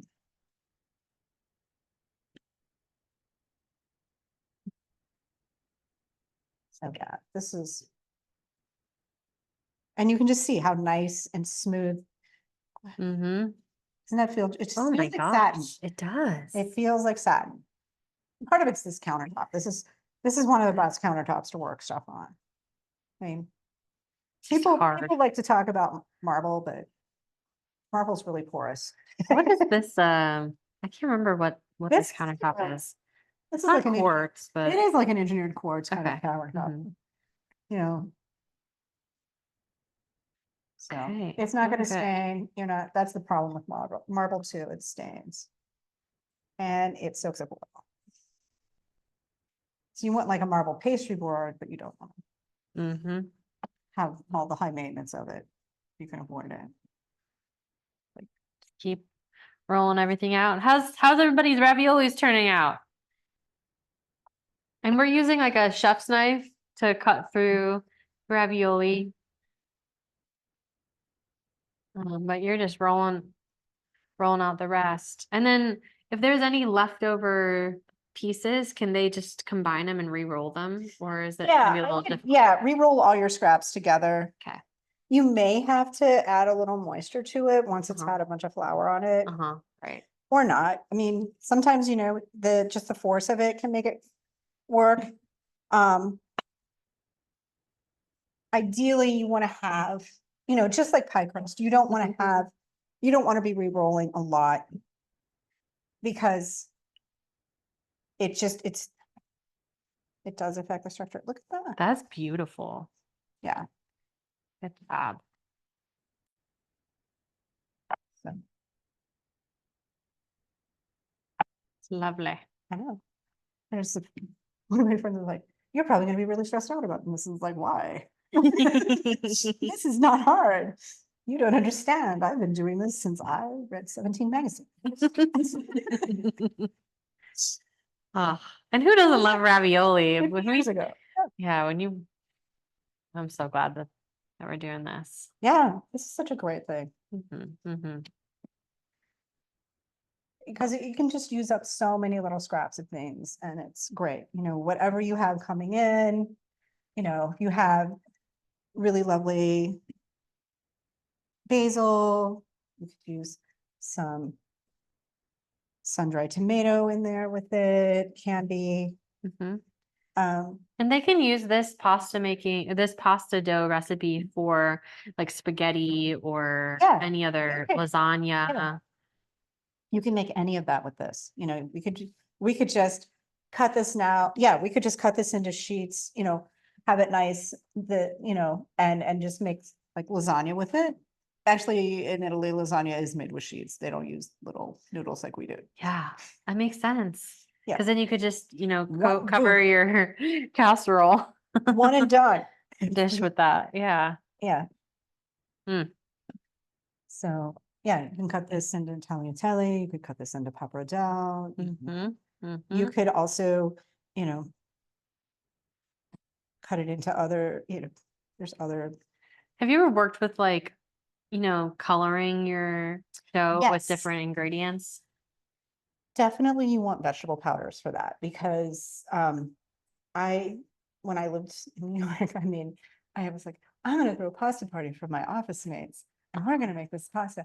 And it was just, you know, I tried doing it with replacing some of the liquid with some like actual spinach that I had, you know, Yeah. ground into oblivion, and the same with beets and whatever. And it Yeah. just, It was too It- watery. it adds a lot of water to the dough and it makes the dough hard to work with. But more than anything, when you cook it, it doesn't have that bright color. Right. So, Okay. you You know, need that like kind of you concentrated needed like a powder. vegetable powder to make that happen. And I believe we still have those things in the bulk section. I know we have like beet powder and I think we have spinach Beet. powder. There's other people that do like squid ink, which that's a whole thing. Did you? Yes. Have you? Yes, I've made spinning Wow. pasta before. Yeah, it's So really- where would you go to like Fresh International for that? Like where would you get squid ink? I would say probably your best chance might actually be either cheese and crackers or art Art, mart. Somebody okay, that does yeah. a lot of, and probably more cheese and crackers than anything, I would say. Oh, You know, it's somebody that does a lot of, you know, kind of like hardcore Italian kinds of things. yeah, You know, and they move a lot of fish through there, so they'd Mhm. be able to probably originate that too. yeah, It, true. it comes in, the ink comes in little packages that, you know, look kind of like soy sauce packages. Uh-huh. It's, What and does it does not taste take long. like? It really is not, it's, Neutral? I mean, it's not exactly neutral, but you know, it's not gonna make your whole dish taste like fish or anything. Cause it's Cool. just, yeah, I'm trying to remember what we put in it. I Mm. know we did like a tomato sauce, but we did like a squid ink pasta. Ooh. And I know that, yeah, when we actually, the day the guys came to trench in our geothermal system, that's what we were having for dinner. 'Cause Oh, I was wow. thinking, yeah, I'm sure you're looking at this plate of black pasta and thinking, What oh, on earth? what are these people doing? They've lost their minds. So, yeah. So, yeah, this is what we're about. Well, hopefully this is inspiration for homemade lasagna or homemade spaghetti or squid ink pasta. So Yeah, you know, and two, you can go ahead, if you're making the noodles out of it, you're gonna, there's drying directions in there for how long you should basically let it sit. You know, you're gonna wanna try and let it sit a little bit before you cut it, because otherwise it's just going to be that whole, what you were talking about earlier, it's just gonna glom onto itself. yeah. And once you cut it, you should shake those noodles in some flour, and you can just throw them on a baking sheet. And actually, like back in the day, like Bacaro, if you'd have walked into Bacaro, in the back, they had a speed rack that had just nothing but trays of pasta. Noodles. Oh, Yes, yeah, just noodles, you know, that had been tossed with flour, ready for the dinner service. mhm. And they would just throw them in a, you know, in a sieve or whatever, knock the flour off of it, and then throw it in the, you know, Oh, they scoop it up, what they with the needed, sieve. knock the flour off of it, throw it in the pan. Oh, Boom, yeah. done. Mm. So, yeah, Okay, So so here we are. are we ready for more filling? yeah. It's ravioli. So made. depending on how, I mean, this is And we can make pretty, little ones too. We can make some Okay. little ones. that sounds nice. But yeah, I'm gonna actually cut this in half Okay, because I don't want to deal with the whole. more thing. manageable. You know, we can make big ones Yeah. or we can make some little ones. So how would you do little ones? I would just hold it Oh, there, just go across, okay, you know, well, okay. here. So no,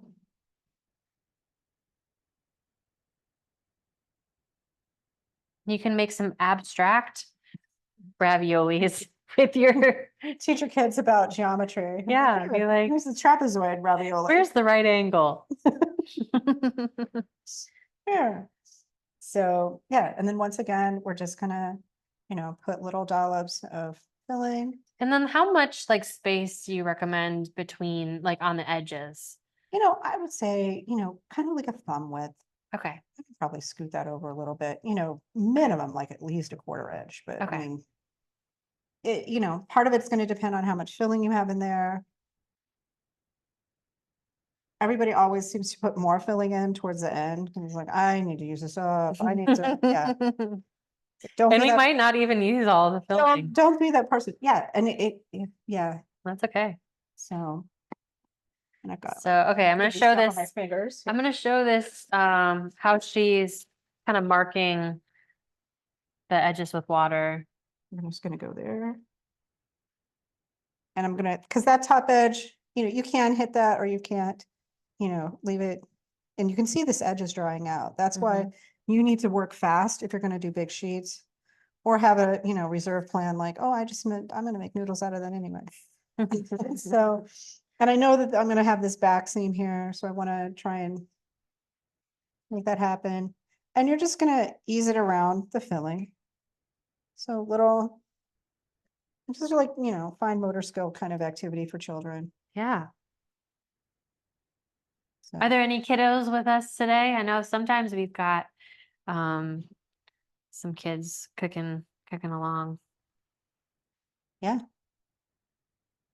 You know, There was a like 4-year-old that was cooking along with Sarisha's big class in a couple months ago. We did an Indian where anybody, I think a few of you were here for our culinary arts cooking class. We got a grant from the Urbana Arts and Culture Program to provide free kits for this one class, and it was like seven different dishes, and there was Yeah, a it was a 4-year-old whole- that was helping. a whole thali meal. I'm Yeah. like, it's so great. Yeah. Well, and back when I was teaching, one of the people who took the pie class was 9. That's And fantastic. by midsummer, because we did the pie class in the spring, she had made the most beautiful peach lattice pie. It was Oh, just I think so, I remember you saying yes, that. yeah. That's fantastic. Well, So now, and see like how it's thin here? I might just roll that up a little okay. to just kind of fold it back in on itself to help that seal. Band-aid it. You know, because the thing is, you know, if people are going to be critiquing your ravioli, you don't need to have them at your dinner. Agreed. It's like, do I see you in the arena making ravioli? No, I do not. You are not allowed to comment That's on a the sign. That's ravioli. a sign that maybe they shouldn't be a dinner guest. Right? Aw. If they'd only be so lucky to get ravioli from you guys. So this will be a fun dinner tonight.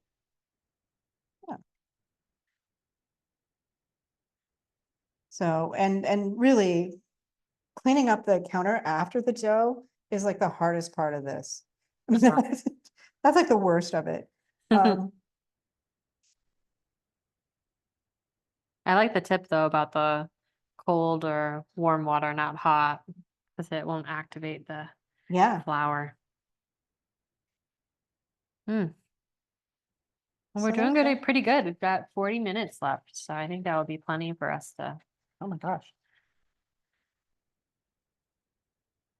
Okay. Is anybody noticing that their dough is drying out? Just make sure to put water on those Yeah. seams. Or, you know, like if you had just like the bareliest, you know, barely dampest towel, like kind of like if you're working with phyllo dough or something, like, you know, similar to that. Or like, yeah, some sort of sheet. Yeah. And so we've got a few little experiments here. It's like, that's super thin, which is great, you know, and that, you It'll know, be that delicate. it's more like a wonton at that point. Oh, that's another thing that I would love to have a class on. Wontons. Wontons, Great. or one time I made crab rangoons. That was so good, but I didn't make I got the dough pre-made. Yeah.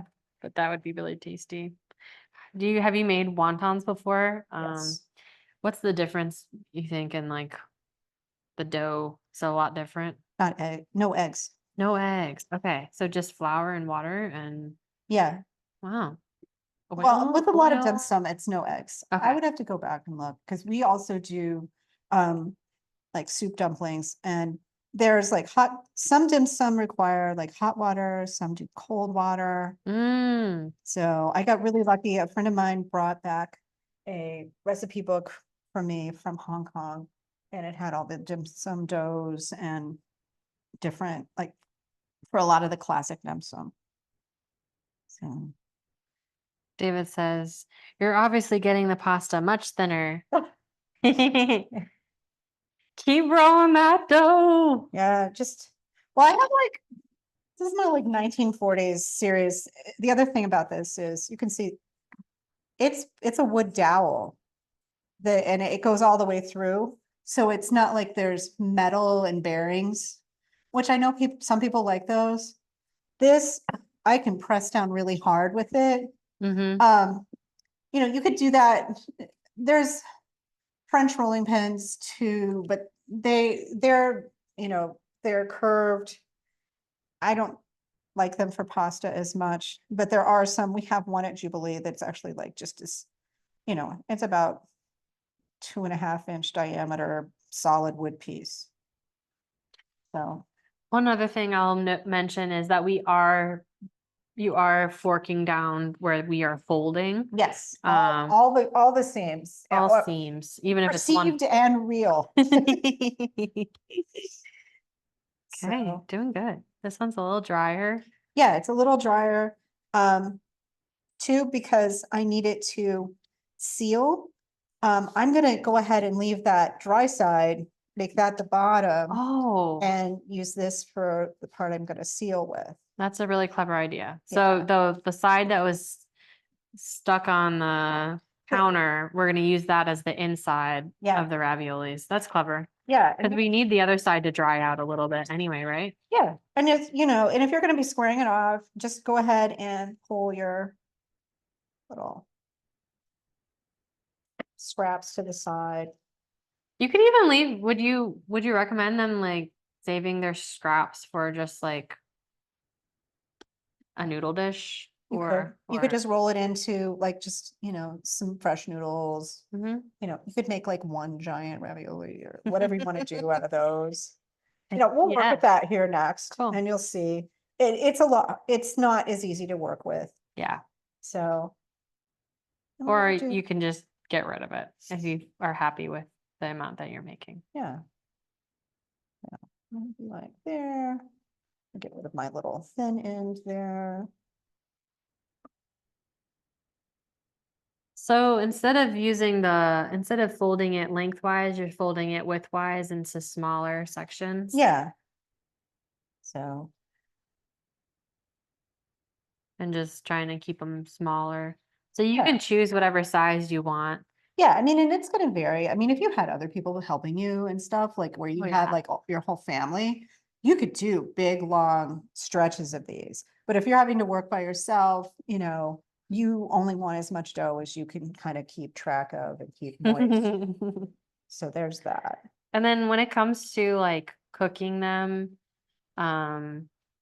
depending on how big or small they are, it will affect how long they need to be cooking, or are they relatively More than anything, quick? it's the thickness that's gonna determine what you do. Okay, yeah, like the thickness of the pasta. Yeah. So the thinner they are, the faster they're gonna cook. Just like, Okay. pierogies, same thing. If you get really thick pierogies, they're gonna take longer. Will now be a time that we should start putting some water on? Yeah, So we have, oh, look, you already filled it up. Yep. Okay, so we have a just soup pot that we filled up with probably like 5 cups of water. probably Cool. 2 quarts. 2 quarts? It's probably like Okay. a 4 gallon. Yeah. And so we're gonna put a bunch of salt in, well, actually, I'm gonna wait because you're supposed to wait. I always salt mine early. My husband's always like, that's wrong. Yeah, but Did anybody have any questions? no, I'm like, well, maybe if I don't feel like making all the raviolis, maybe I'll just make the dough and then make it. Yeah, I mean, once you have the dough, I mean, you can make anything you want out of it. Yeah. Yeah, you could make, is anybody thinking about making like lasagna or using any scraps for spaghetti or things like that? Because that could be fun. So again, we're heating up we're gonna try and boil some water. Well, we are gonna boil some water. We'll try and we will. So feel free to put a stock pot or soup pot full of water. We haven't added any salt yet. You wanna add the salt right before you add the pasta, actually. Okay. So we'll get that going and boiling. And there's plenty of discrepancies, people arguing about how long or how much salt and all of that. So, And so do you recommend people if they love raviolis to get the stamp? Or do you think it's like, it's fine? it's extraneous. It's fun. I don't know. I'll let you know after Christmas, because that's when I'll actually have time. So, Oh, I wanted to get a close up on this one. So this is the ravioli maker that Anna was showing off. So it has a spot for the filling. And this has ridges on it. So you would just lay your, you Yeah. would fill it, you would lay your pasta down. You lay your pasta down over here Oh, and then then fill it. you've got, yeah, then you've got these indentations. You're like pushing down the pasta Right. into the holes already, kind of, which already Uh-huh. seems fussy. And then you lay, put your filling in, and then you're gonna lay the second sheet of pasta over, and then you're just gonna, or you can have the, Mr. Fancy Pants there, Crimped. crimped edges. Yes. So, Yes. Because some people like to be yeah, like the fancy pants. they're very beautiful. Mm-hmm. And that's one of those things too. You could give somebody, a nice bag of ravioli as a gift for the holidays. It's a great idea. So, yeah. It's kind of a meditative process. Uh-huh. Nice. Yeah, we need that. So, yeah. Any meditation. it's It's like- good. As long as we have the time. But Yeah, I mean, that's what there's times when I will go into like Jubilee to do some prep and I'm just cutting like, a whole case of plums and it's just by myself because it's Yeah. like, it's meditative, Mhm. but there's a lot of people that, and you can just kind of get in the zone.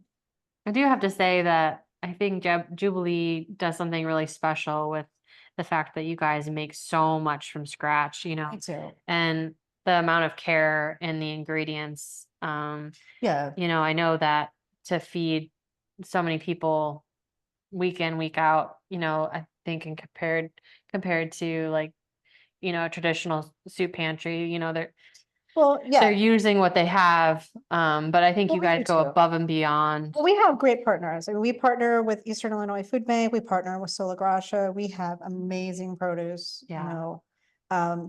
and we are able to get things like butter and cheese. I mean, was it last month? We made penne pasta with sausage that we mixed up ourselves. Like we didn't, Oh. it was just ground pork, but with all the spices. But for some reason, we had, a couple cases of burrata. Yes. So, it's fun. It's just amazing to be able to bring people things like that are just amazing, Mhm. It's like, things that you just don't get to eat every day. And it's just nice because it's like, oh, Yeah. So, but Well, like yeah, providing that type of quality meal to Well, someone that yeah. maybe is homeless or, just just having a hard day or Yeah. lonely, but it's just more than anything, we serve restaurant style, which is why we do need several volunteers because people, when people come in, they go to the wait stand, we only ask for their first name and then they can go sit at whatever table they want. And you would think that it would always be like students sitting with students and things like that, and it's not. That's great. We had, people just making these connections and too, so then, server comes to their table, asks them what they want. We always have a vegetarian option for people, especially on nights where we're serving pork or something like that, or beef, which we would have to get a Brinks truck for our now. But we, but so people always, because there's so much like, especially if you're struggling financially, there's all these decisions that are already made for you.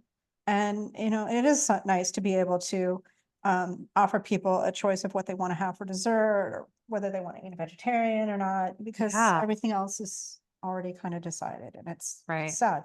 Mhm. And so early on, when our numbers were smaller, we were like, let's make this for dessert. And so we would try to do like, let's make 70 servings of this. And then it finally, I don't know why, it's just kind of like, you know what? Not everybody likes this dessert. It's not everybody's favorite dessert. Right. And we're killing ourselves trying to make all of this. Why can't we just have 4 desserts and people can choose? That's amazing. And so for a while we had we had the dessert cart, and it was the most coveted volunteer position ever. Oh, We had somebody going with a cart around the. that's amazing. It was fantastic. It was the best. Aw. So.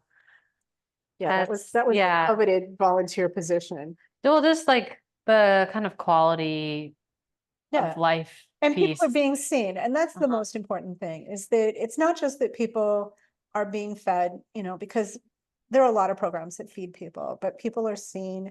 We had somebody during COVID that their family couldn't find them. Mm, And so we worked through, channels, asking people and whatever. And it turned out that this person had taken the opportunity to try and just step away from the people they were hanging with and to get sober. oh, And it was amazing. But, their family was very worried because Yeah. they had completely, kind of hmm dropped off of, out of communication. And so there was that, we had somebody come in last week that needed to go, or 2 weeks ago, that needed to go to the emergency room Mm, to be treated, yeah, and a volunteer just put her in his car and drove her there. that's great. Maybe she had had a fall, but she Needed to be so seen. needed to be seen. Yeah. That was a serious injury. hmm And so, and then there's just we have people who have some mental health issues. We have people who, are just struggling. Yeah. And it's just nice to be able to have people be able to talk to Right. people about that. Um, some of our volunteers are trained in social work. Mm, So multiple volunteers are actually trained in social work. So that's great. that's great. And I know there's a lot of volunteers and people that make Jubilee run, so feel free to share any insights. But if you're busy with raviolis, I get There's that. Yeah. it.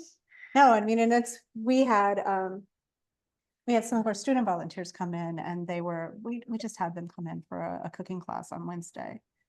And it was nice because they could just decompress, and Mhm.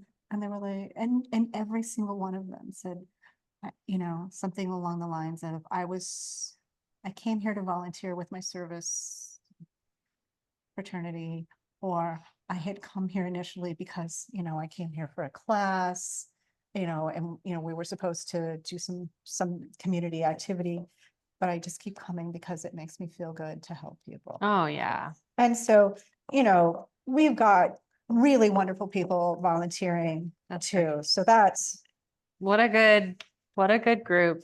And yeah, it just makes me so happy to know yeah. that it's, Well, you and guys are serving so much. And thanks to everybody today for participating in this class, because of you guys, we're able to donate $1,100 to Jubilee tonight because of all the proceeds from this class. So Yeah. thank you guys for helping contribute funds to Jubilee. And it's about half of our budget. yeah, That's a lot. It's a lot.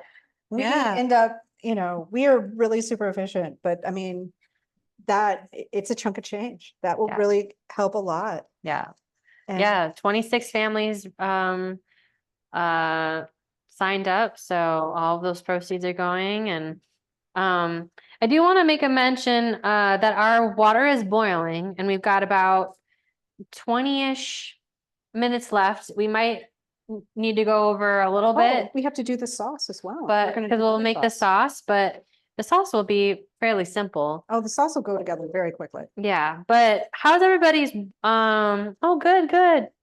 Tom said, wow, thank you. So yeah, thank you. Thanks for all you guys do. How's everybody's water? Is it boiling yet for you? So we'll shift over and make sauce first. Okay, sounds good. Uh-oh. I just want to make sure that, there we go. So, okay. We've got water boiling. We've got another saucepan with Or the butter. skillet. Either way, ideally something that is pale. You don't want to make this in cast iron, or if you have like a super dark coated Teflon, that's going to be a much harder thing. So we're going to just, make this butter sauce. And this is one of the sauces that's got a recipe for here too. So light colored Yeah. saucepan will help because we'll be able to tell when it's browning, right? Yeah. So we're just gonna melt this butter down, and of course ours is melting fast. Right. So what are we looking for when it comes to brown butter? So we're gonna actually, like, it seems so obvious, but we're gonna actually brown this. So a lot of times people are like, oh, I'm gonna use a butter sauce. And it's like, well, this just tastes like melted butter. And so we're gonna actually caramelize these, see these white, there's these white milk solids in here. We're gonna start turning those brown because that's lactose, and we can make that sugar caramelized just like fructose, just or sucrose, just whatever, like when you caramelize a peach, it's fructose. When you caramelize sugar, that's sucrose. And You're just kind of rocking it back and forth. yeah, I Tom, like to do Tom had a this. question. Can the sauce be made with a plant butter for dairy issues? Can you brown? I don't know if it browns the same It way, doesn't brown the same way because it's oil. but you could still have like a butter sauce. You could just do also like an infusion. I would get a nicer oil, maybe even a nut oil or something. Like we have some pecan oil, and now you can see there's brown bits in there. So that's what we're looking for. We're looking for these brown bits here, and we're gonna just be working them. And ours came about really fast because we had it on high. Okay. So you're getting the very compressed version of this, which also means that And it's already I- turning things brown. it is turning brown. And can you smell now too? Well, Yeah. obviously they can't, but Nutty. you can. Yeah, it smells nutty. And so what we're looking for is, see, we're still dark brown here. It's not black. You don't want to burn this, but it is not a linear process. Once it goes, and it will go fast. Meaning it will burn It if will you burn. leave It it. can go very quickly. So you've basically taken it off the stove.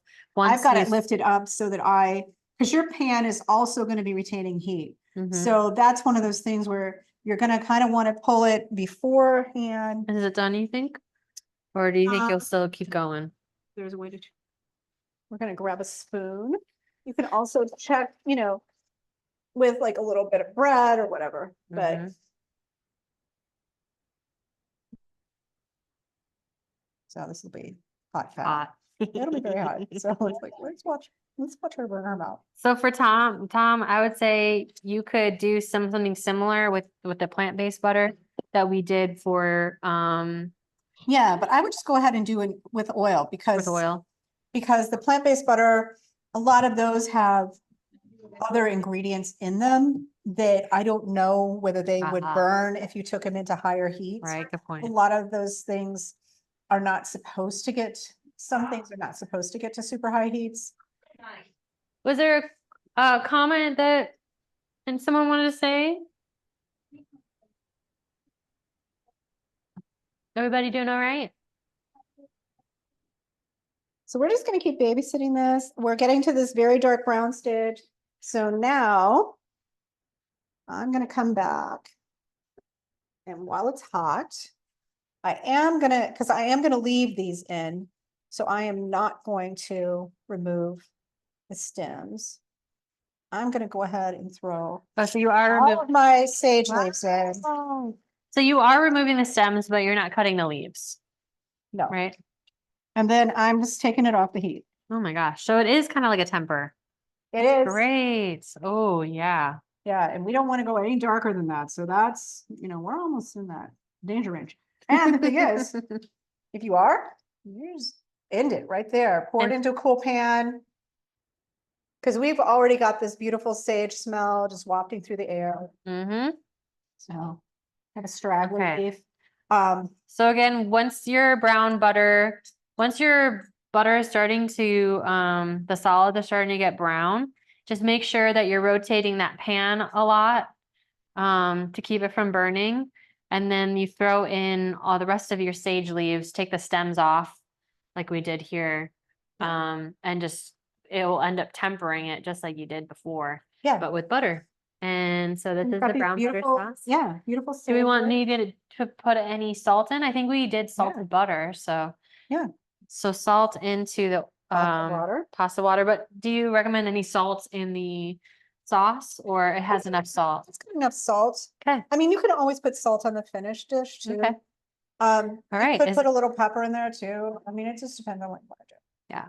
But here's this beautiful thing. and you the know, filling is got full of flavor, so. Yeah.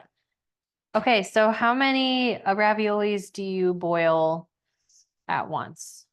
Well, first I'm gonna make sure I can get them back out. Yeah, a slotted I'm gonna look for a slotted spoon or some kind of, spoon. yeah, perfect. So. Okay, so we have a slotted spoon. We have let's our raviolis. Get. Okay, Alia, thanks so much. And Patrick, thanks so much for joining. Hope the soccer game went well. So there's that. Yeah, so we're basically, the last step is that we're gonna cook these for how long? Until they float? Yeah, I mean, like 3 to 5 minutes. Okay, I do have back on, let's see, I think it's on page 2. We've got some cooking directions here. okay. So, So yeah, we're basically all there. It's just gonna be cooking Yeah. our raviolis and then tossing them in the brown butter sauce. So, but I'll make sure to send you the recording in just a couple hours.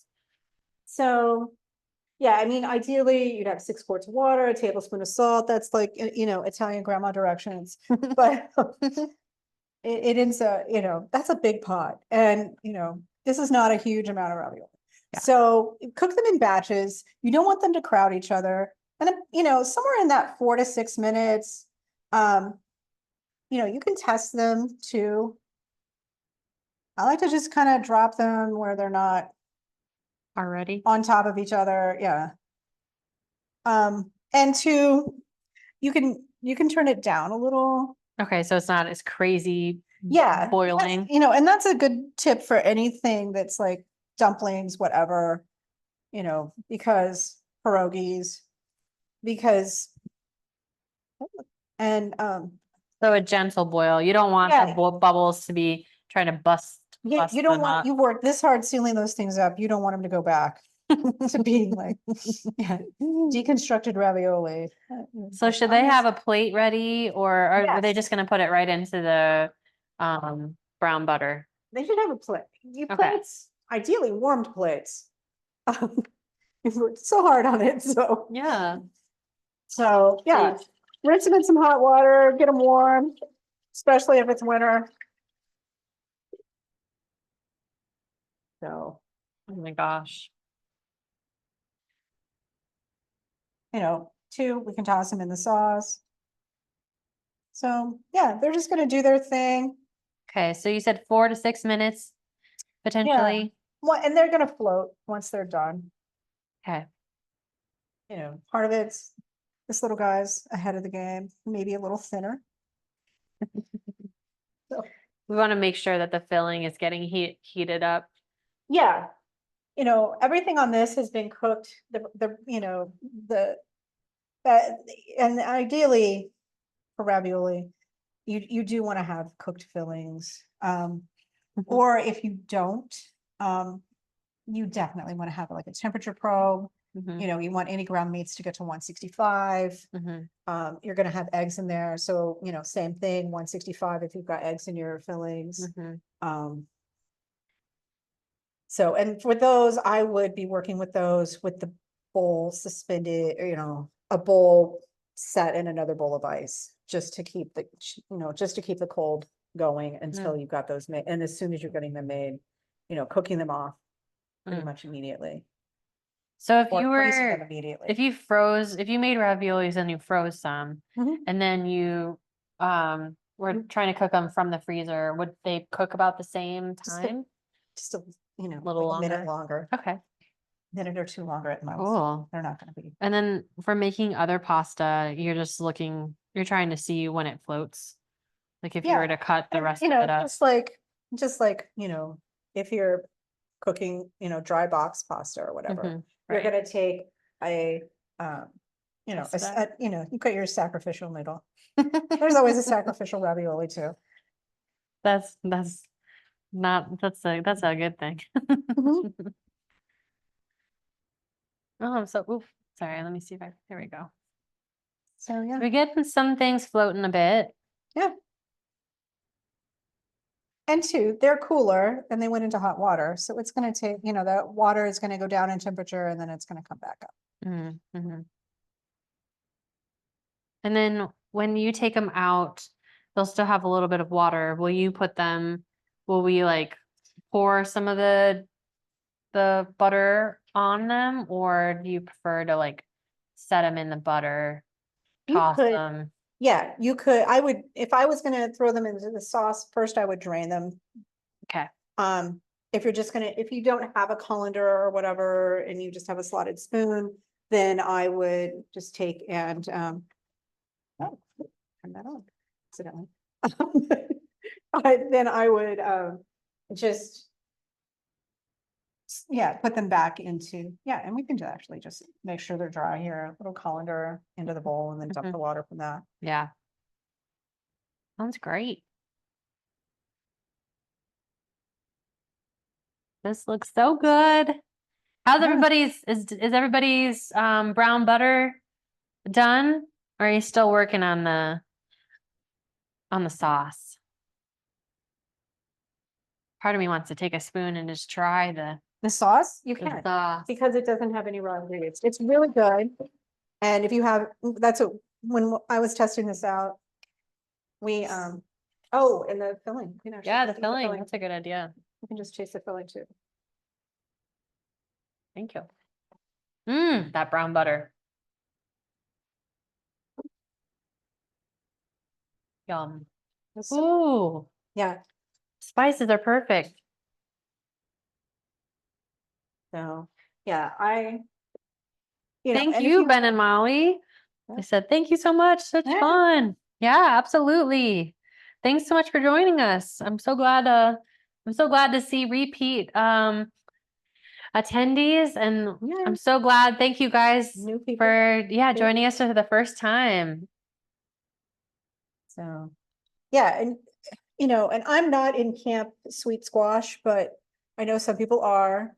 So, some people might want to put nutmeg or other things in it. Uh-huh. Mm-hmm. I, I really if like I want- savory squash, Right? personally. otherwise I want pie. Yes. Sweet potato pie. Right, right. Yeah.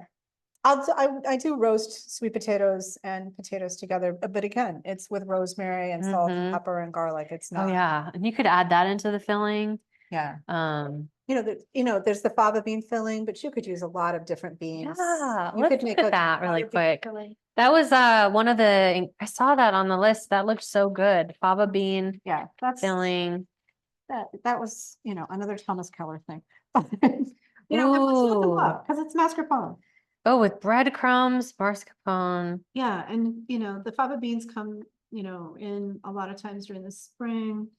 Sometimes some of the Mediterranean, sometimes Mediterranean markets will get them. It's a lot of work Mm. because you're Shelling. shelling them Uh-huh. and then you're pulling the outer skins off. Once you cook them, it's a process. Mhm. Um, We've got some really cool sweet potatoes right now. We've got the purple sweet potatoes. We've got, it's Those are- purple Japanese sweet potatoes, which are incredible. So if you haven't tried those, when you cut them open, they're just like deep, deep purple. We also have some really cool other produce right now. I took a picture of this purple Napa cabbage that we have. I've never seen it before, but it looks like, if you've seen purple cauliflower, Mhm. it's the same color. Instead of green, it's just super purple. Ah. Oh, yum. Is it done? Is it Is this done? the test? This is the sacrificial ravioli here, I'm willing to be a guinea pig. see, yeah. Yeah. Is it done? Or do we need to cook it some more? So, yeah, I mean. Good. Mhm. Yeah, and you can run it a little, you know, If you like it al dente versus yeah, I would, soft. yeah, not chipboardy, mushy, Uh-huh. which Mm. Mm. some people in my family still like that aesthetic, but SpaghettiOs. I need it to be mushy. I actually made those today. I had Italian rings, Did you? but it was like, yeah, roasted tomato and pepper Oh, pasta sauce. yum. It's like, okay, I want a grown-up version of that. I want some comfort food. That's yeah, I know. This whole week has been comfort foods. So, and we also, for those that are curious about previous classes, we put all of our virtual classes up online. So yes, they are 2 hours long typically. But we do have those recipes. So if you're ever interested in kind of browsing, I definitely recommend checking out our website under the recipe section. And you can look at the cultural cuisines, my which is gosh. where a lot of the different class content is coming from. And then we also every month we make a bunch of low cost recipes as well as seasonal recipes. So definitely recommend checking out those if you're looking for inspiration. And then I think a lot of you are already on our email list, but we do have a newsletter that we send out every month. Plus, we do cooking class emails. So if you're interested in that, feel free to reach out. We're happy to add you on there. But yeah, we'll be kind of coming up with our new year schedule for classes. I know some of the things that we're talking about is I think in January, we're going to do an in-person like sourdough bread class. Oh, wow. With Hannah from Tooth Butter, which is a really great cottage food bakery in town. She works with Janie's Mill flours, like and a lot of local inspired ingredients, and she's been great. And then we're gonna do probably a Brazilian class. Okay, thanks so much, Kara. Well, we're basically there, you guys. So feel free to dig in. You want to eat these when they're hot. So Yeah. we're fishing out ours right now, and we're just gonna drizzle some of this sauce Yeah. on there, and then we'll be diving in. Are there any questions before we let you guys have dinner? I just want to thank you guys so much for joining us, and I hope you had fun. Hope you learned some pasta making skills, and thank you, Anna, so much for always teaching these lovely classes and for everything you do every week for Jubilee. Thank you. And shout out to all the people that are on the call that help support Jubilee in many ways. So, oh, nice. This looks good. We're just Yeah. coating this. Okay. My gosh. Bon appetit, everybody. Oh. Oh. Eve says, thank you. Going to freeze some for Thanksgiving feast. Great idea. Yes, your future self will be very Right? excited. Thank you, Jamie. Yeah, enjoy. I hope you guys have a good rest of your weekend, and it's always such a pleasure to spend this time with you guys. And it's so fun knowing that all these people are cooking up the same recipe. It's kind of magical in that way. Yeah. Yeah. Okay, Everybody's having look dinner at together. it. Okay, it's time to dig in. Thank you guys. Thanks, Janice. All right, well, it's time to Oh, I didn't get your forks. taste it. And then we'll let you guys go. There we go. Oh my gosh. Cheers, Anna. This is fantastic. Yeah. Awesome. Yeah, and I could have taken these thinner. Sometimes I do the pasta where I can actually see through it, but it's always good. Oh, let's see what the comments are. Thank you. Thank you so much. I'm so glad you learned things. Said, thank you. This was great. I learned a few things. Aw. David said, I may get it right next time. Oh, Aw. Well, thanks for taking this class with us. Okay, you guys, I'm gonna chow down on this and Get some sage. mm, Really good. oh, the crispy sage. This is the best. Thank you, Tom. Appreciate it. Okay, you guys, we'll let you guys go, but enjoy your dinner and we'll Thank we'll you so see you much. next time. Take care. See you Monday.